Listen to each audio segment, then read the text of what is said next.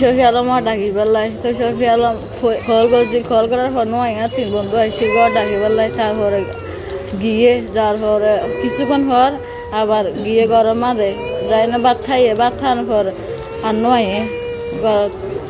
রহিম গুরুকে মারি ফেলাই দে। আচ্ছা 3 বন্ধুর তিন গুরু মুখসিনা চিনি নাম না জানি। আচ্ছা মুখসিনা সিনা তো রহিম গ্রুপ দেন কেন বুঝছেন না? রহিম গুরু দুশনি ওদের শাহিনের সাথে বলে জড়িত আছে। তাই হয় না ইটারাল্লা বলে হুমকি দিয়ে রহিম গুরু সকলে হুমকি দিয়ে তোর রক্ত খাইম, তোর জ্বর খেলাইম, হাড়ি খেলাইম, তোর রক্ত দি গোসল করছিম। এন হয় রহিম গুরু সকলে এলাকার কিছু মানুষ আসছিল বেকুনে।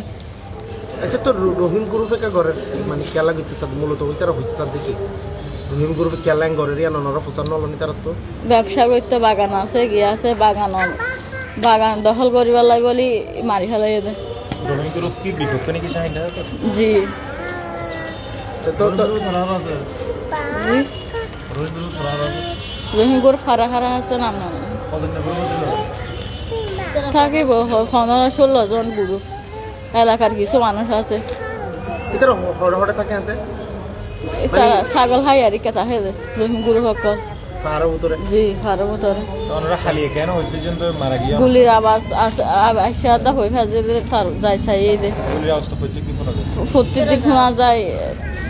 উগা মানুষে হয়ে সেলিম নাম উগা মানুষ আইন হয়ে দে কেন লেদা হুতিয়া মরে গিয়ে গুলি করতে ঠিক খটা বাজে আমরা খটা বাজে খবর পাই একটা 45। আচ্ছা ঘর তো হদ্দুর দূরে ঘরে তো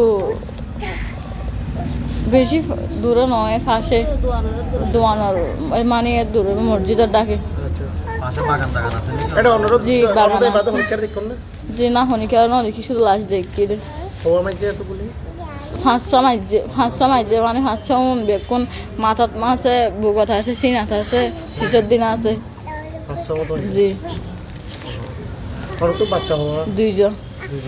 পুলিশে কি হই জানা যায়? পুলিশ হলে হাত তো হয় না জি পুলিশের কল করে পুলিশে গিয়ে তদন্ত করছে, তদন্ত করার পরে এটা